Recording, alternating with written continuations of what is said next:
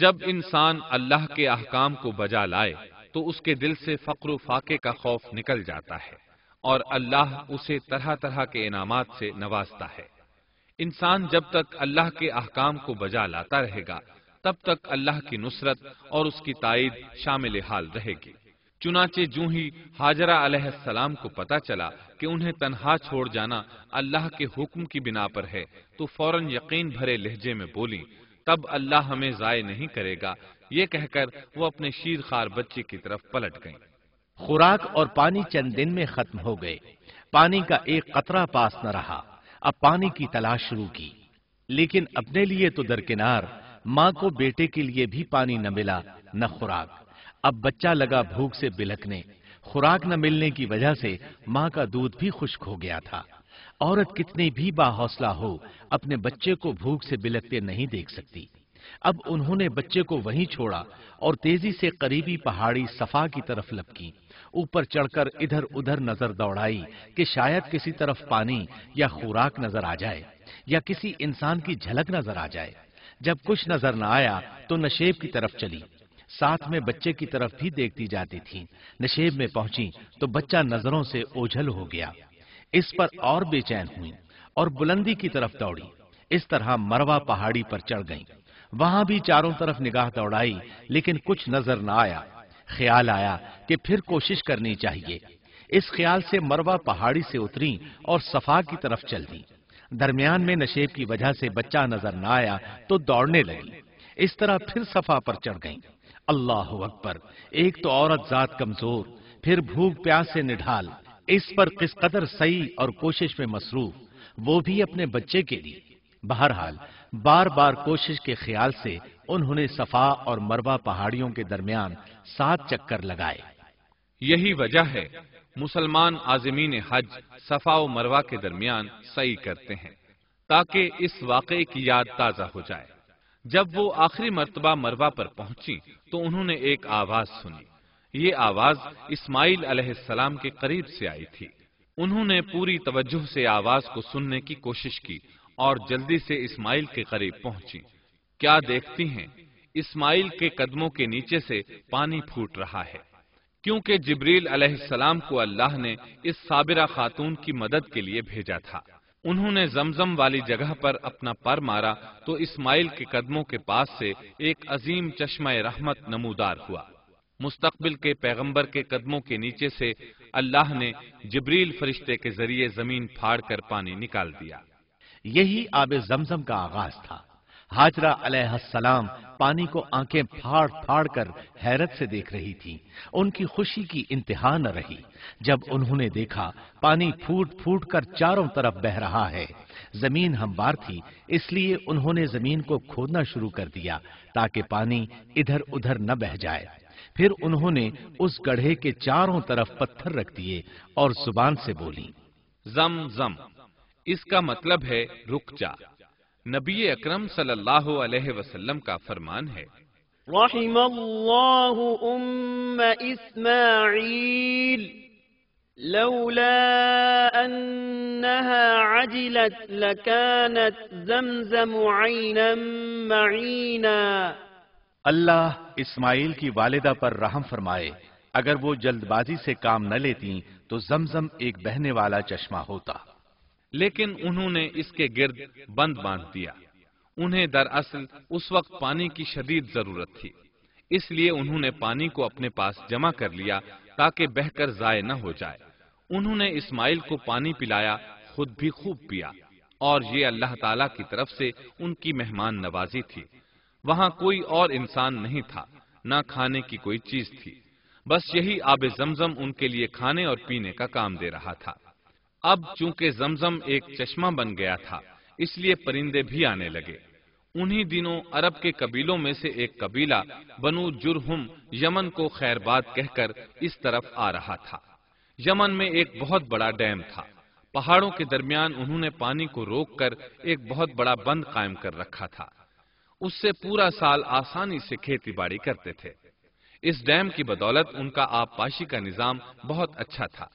جب اس ڈیم کو اللہ تعالیٰ نے توڑا تو تمام لوگ وہاں سے منتشر ہو گئے اور جزیرہ عرب کے اطراف میں منتقل ہونے لگے۔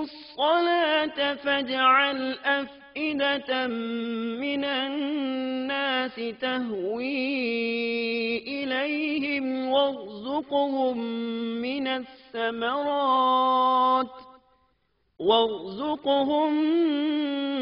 الثمرات لعلهم يشكرون।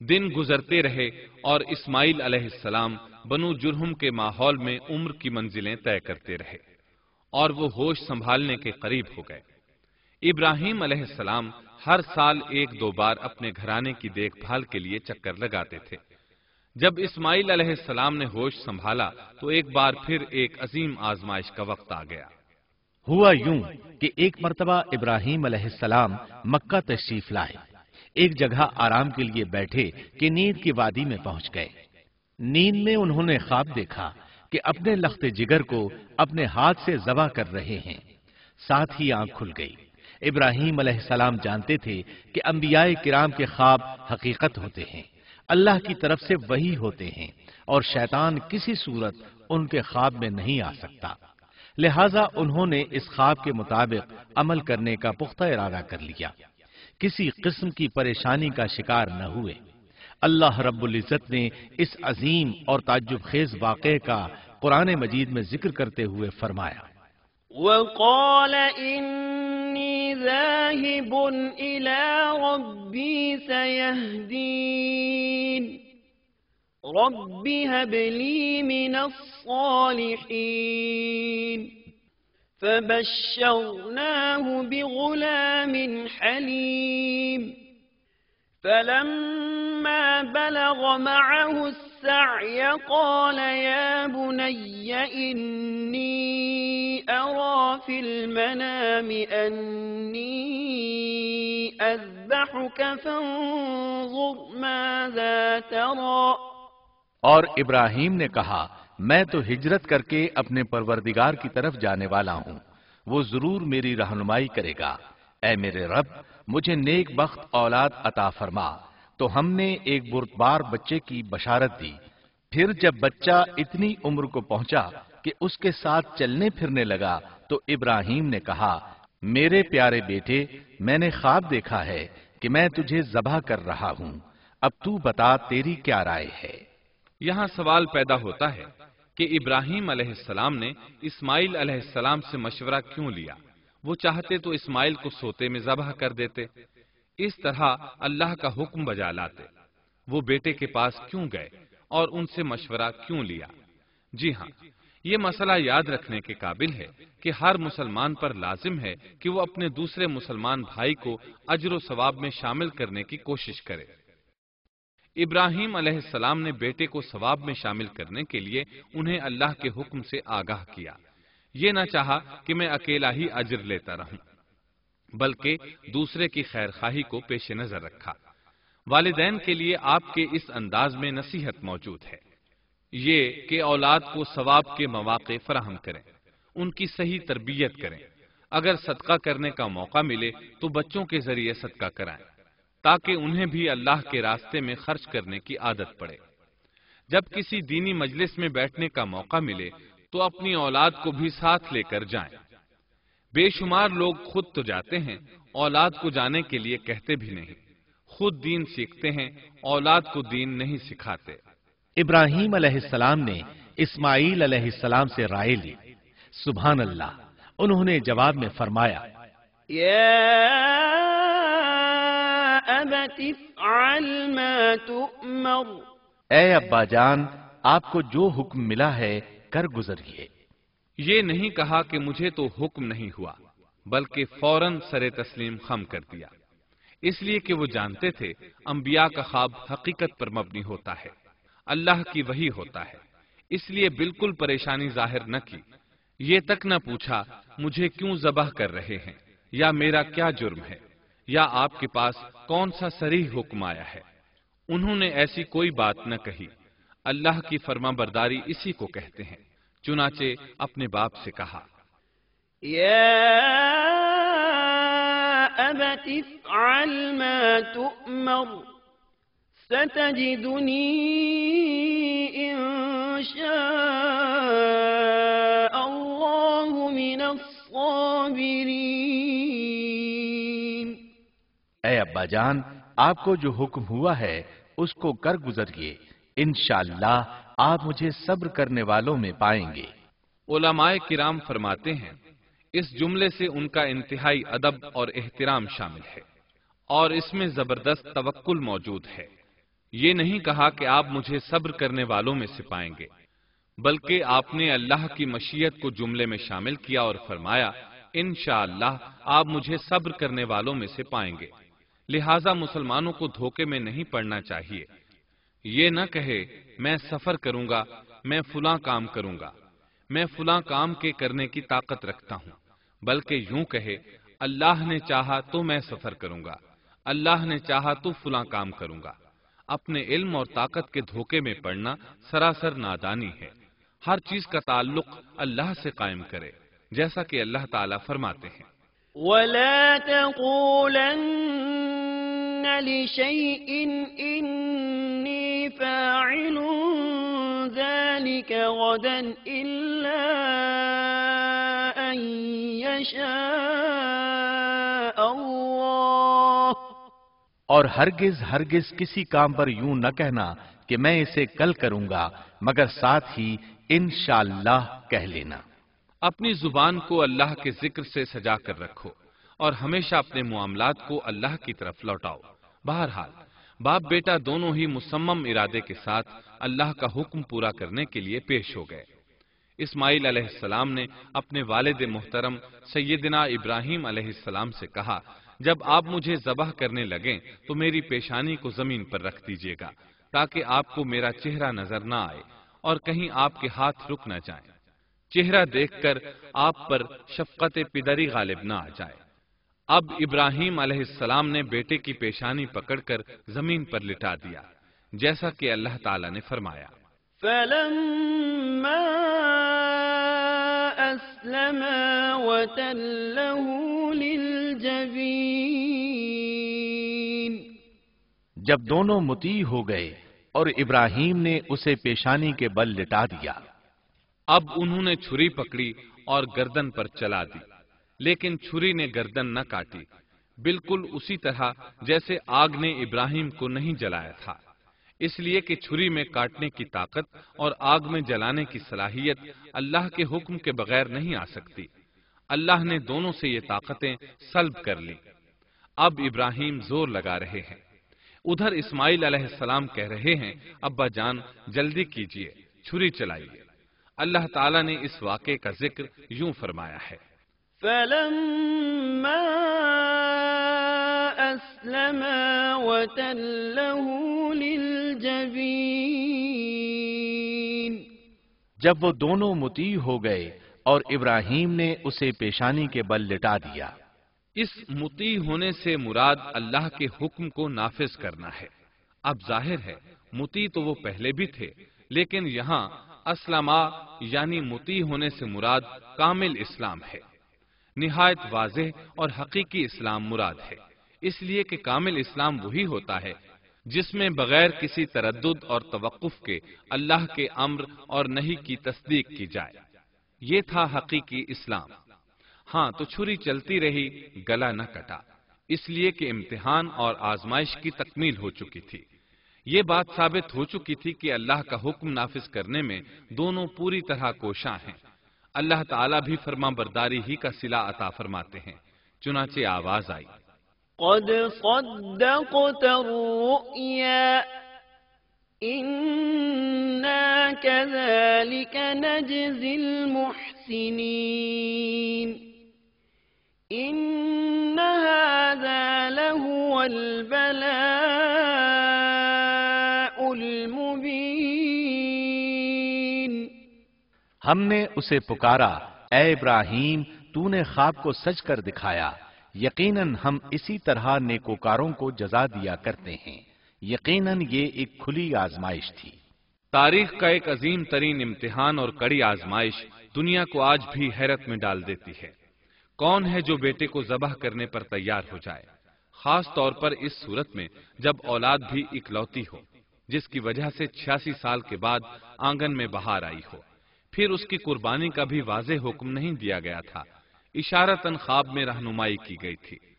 آپ کہہ سکتے تھے یہ قتل اور سنگین جرم ہے، کہہ سکتے تھے اپنے بیٹے کو کس جرم میں قتل کروں، لیکن آپ نے بغیر کسی تعامل کے سر تسلیم خم کر دیا اور اس عظیم امتحان میں کامیاب ہوئے۔ اللہ فرماتے ہیں وإبراهيم الذي وفى اور ابراہیم وہ ہیں جنہوں نے وفاداری کی۔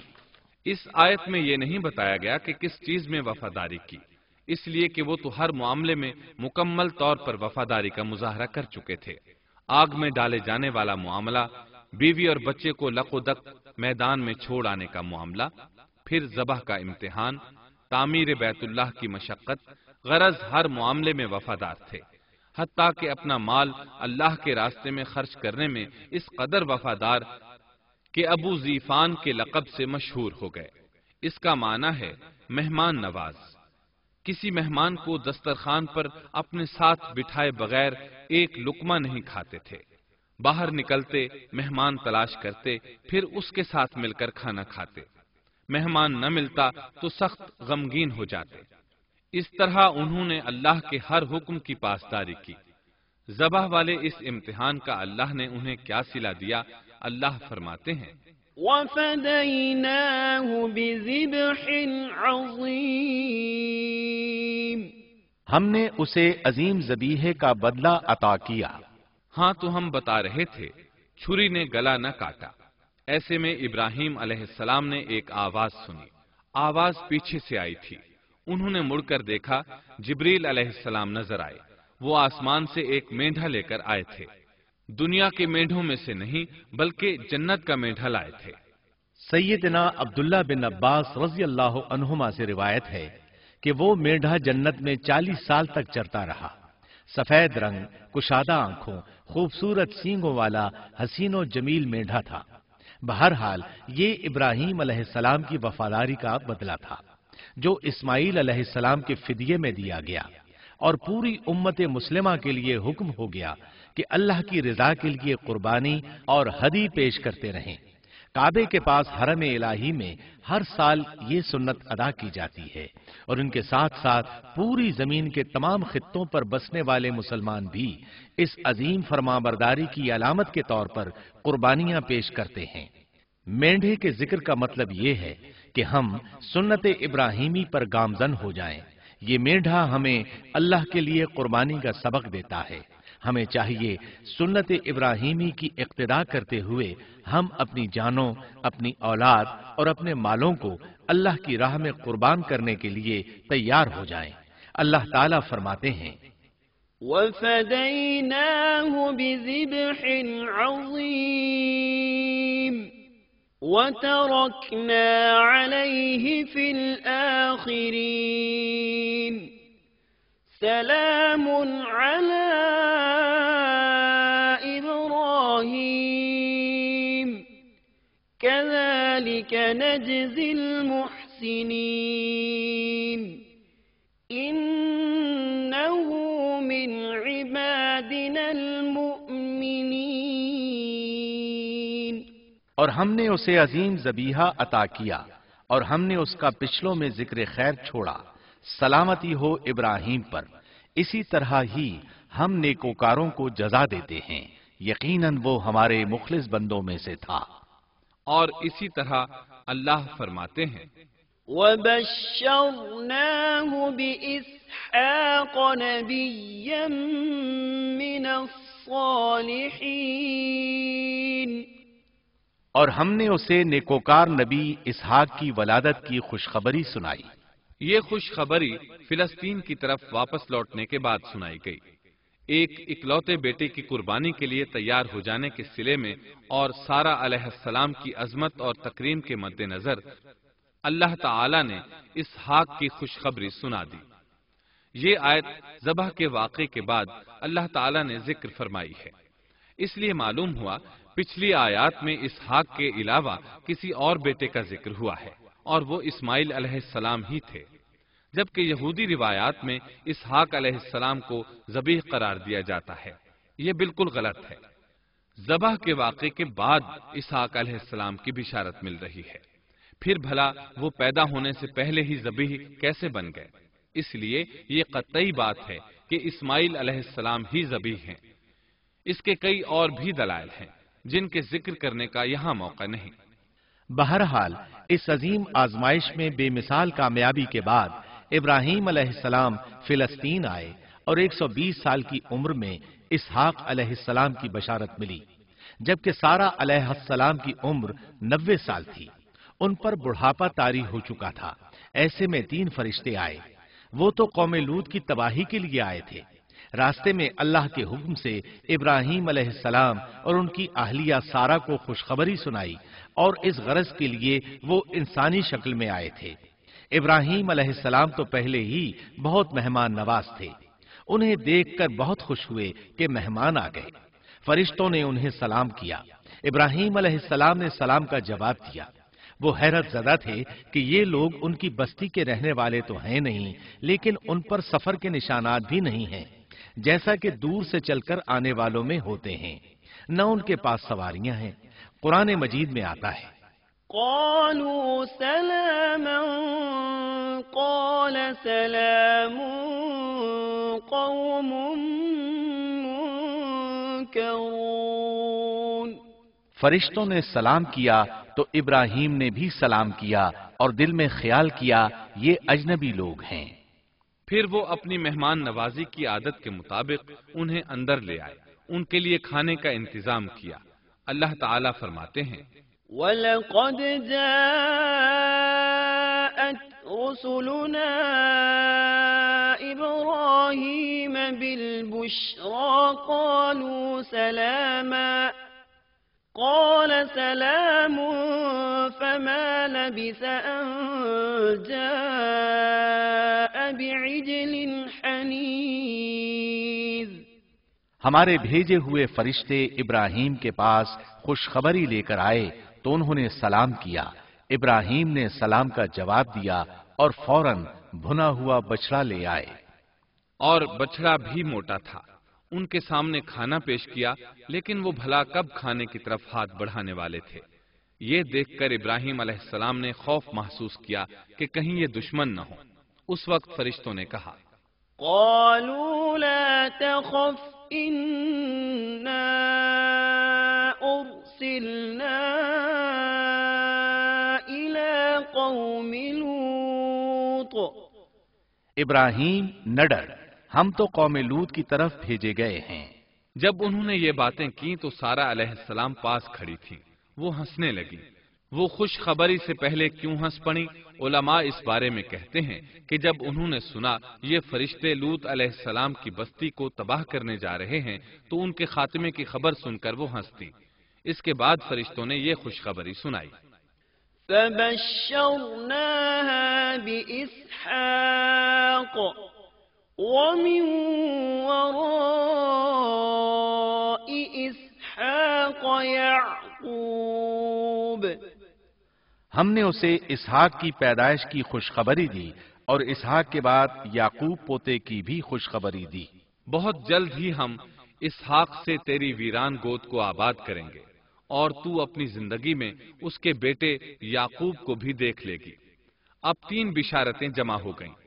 بیٹا پیدا ہوگا، لمبی عمر ملے گی یعنی بیٹا جوان ہوگا، اور پھر وہ اپنے پوتے کو بھی دیکھے گی۔ اس سے بڑھ کر کیا عزت اور تکریم ہو سکتی ہے؟ اس لیے جب نبی کریم صلی اللہ علیہ وسلم سے پوچھا گیا کریم یعنی عزت والا کون ہے، تو آپ نے فرمایا کریم بن کریم بن کریم بن کریم، یعنی یوسف بن یعقوب بن اسحاق بن ابراہیم علیہ السلام۔ مطلب یہ کہ نبی بن نبی بن نبی بن نبی۔ یہ یوسف علیہ السلام کی شان ہے کہ خود بھی کریم، باپ بھی کریم، دادا بھی کریم اور پردادا بھی کریم۔ اس سے بڑھ کر عزت افزائی کیا ہو سکتی ہے؟ بہرحال فرشتوں نے انہیں خوشخبری دی۔ وَبَشَّرُوهُ بِغُلَامٍ عَلِيمٍ۔ پھر انہوں نے ابراہیم کو ایک صاحب علم لڑکے کی بشارت دی۔ خوشخبری سن کر سیدہ سارہ حیران ہوئی، مارے حیرت کے منہ سے ہلکی سی چیخ نکل گئی۔ انہوں نے اپنے رخسار پر ہاتھ مارا جیسا کہ عورتوں کی عادت ہوتی ہے۔ کہنے لگی، ہائے افسوس، کیا میں بچہ جنوں گی حالانکہ میں بانجھ ہوں اور میرے خاوند بوڑھے ہیں؟ یہ تو حیرت کی بات ہے۔ ایک دوسری جگہ اللہ تعالیٰ نے یہ الفاظ فرمائے، کہنے لگی میں بوڑھی اور بانجھ ہوں، بھلا میں بچے کو کیسے جنم دوں گی؟ اس پر فرشتوں نے کہا، تو اللہ کے حکم پر تعجب کرتی ہے، اے اہل بیت، یہ تو اللہ کی تم پر رحمت اور برکت ہے، وہ بہت بزرگ اور قابل تعریف ہے۔ دوسری آیت میں ہے، انہوں نے کہا اسی طرح تیرے رب نے فیصلہ کیا ہے اور ہمیں کہا ہے، یقیناً وہ بہت حکمت والا ہے اور علم رکھنے والا ہے۔ یہ تھی اسحاق علیہ السلام کی ولادت کی خوشخبری۔ ابراہیم علیہ السلام مکے میں سیدنا اسماعیل علیہ السلام سے ملنے کے لیے آتے رہتے تھے۔ ایک روز آئے تو ان سے کہا، اے میرے بیٹے، اللہ تعالیٰ نے مجھے حکم دیا ہے کہ اس مقام پر اللہ کا گھر تعمیر کرنا۔ اسماعیل علیہ السلام نے فوراً کہا، میں حاضر ہوں۔ اس طرح انہوں نے کھدائی شروع کی۔ ایسے میں انہیں شیس علیہ السلام کی تعمیر کے آثار نظر آئے۔ انہوں نے اس پر تعمیر شروع کر دی۔ ایک روایت میں یہ بھی ہے کہ انہوں نے فرشتوں والی بنیادوں کے آثار بھی دیکھے۔ نبی کریم صلی اللہ علیہ وسلم کی جوانی کے دنوں میں جب مکے کے قریش نے کعبے کی تعمیر نئے سرے سے کی تو انہوں نے اس کی بنیادوں کو گہرا کرنا چاہا۔ وہ کھدائی کرتے ان سبز پتھروں تک پہنچ گئے جو پہاڑوں کی چوٹیوں کی طرح نظر آ رہے تھے۔ انہوں نے ان پتھروں کو نکالنا چاہا۔ ایک شخص نے کدال کے ذریعے ایک پتھر کو باہر نکالا تو اس کے نیچے سے اتنا نور نکلنے لگا کہ قریب تھا وہ شخص اندھا ہو جاتا۔ پھر پتھر خود بخود نیچے جا گرا اور اپنی جگہ پر جم گیا۔ اس کے بعد لوگوں نے ان پتھروں کو ہاتھ نہ لگایا اور تعمیر شروع کر دی۔ قرآن مجید میں تعمیر کعبہ اور بیت اللہ کا تذکرہ اس طرح آیا ہے، وَإِذْ بَوَّأْنَا لِإِبْرَاهِيمَ مَكَانَ الْبَيْتِ أَلَّا تُشْرِكْ بِي شَيْئًا وَطَهِّرْ بَيْتِيَ لِلطَّائِفِينَ وَالْقَائِمِينَ وَالرُّكَّعِ السُّجُودِ۔ اور جب ہم نے بیت اللہ کے مکان میں ابراہیم کو جگہ دی اور فرمایا کہ میرے ساتھ شرک نہ کرنا اور میرے گھر کو طواف، قیام اور رکوع و سجود کرنے والوں کے لیے پاک رکھنا، اور فرمایا، إن أول بيت وضع للناس للذي ببكة مباركا وهدى للعالمين فيه آيات بينات مقام إبراهيم ومن دخله كان آمنا۔ بے شک لوگوں کے لیے جو پہلا گھر تعمیر کیا گیا ہے وہ مکہ میں ہے، وہ جہان والوں کے لیے برکت اور ہدایت کا ذریعہ ہے۔ اس میں واضح نشانیاں ہیں، مثلا مقام ابراہیم، تو جو کوئی حرم میں داخل ہوگا وہ امن میں آ جائے گا۔ اور فرمایا، اور یاد کرو اس وقت کو جب ابراہیم کو اس کے پروردگار نے کئی باتوں کے ذریعے آزمایا، وہ ان میں پورے اترے تو اللہ نے فرمایا، میں آپ کو تمام لوگوں کا امام بنا رہا ہوں۔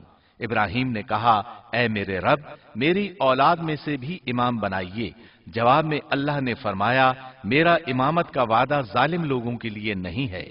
اور اس وقت کو یاد کرو جب ہم نے بیت اللہ کو ثواب اور امن کی جگہ بنا دیا اور لوگوں نے مقام ابراہیم کو جائے نماز بنا لیا۔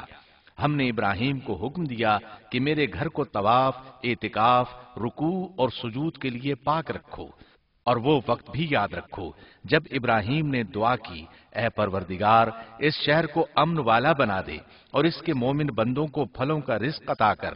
اللہ تعالیٰ نے فرمایا، میں کافروں کو بھی تھوڑا فائدہ دوں گا، پھر انہیں آگ کے عذاب کی طرف بے بس کر دوں گا، یہ پہنچنے کی جگہ بری ہے۔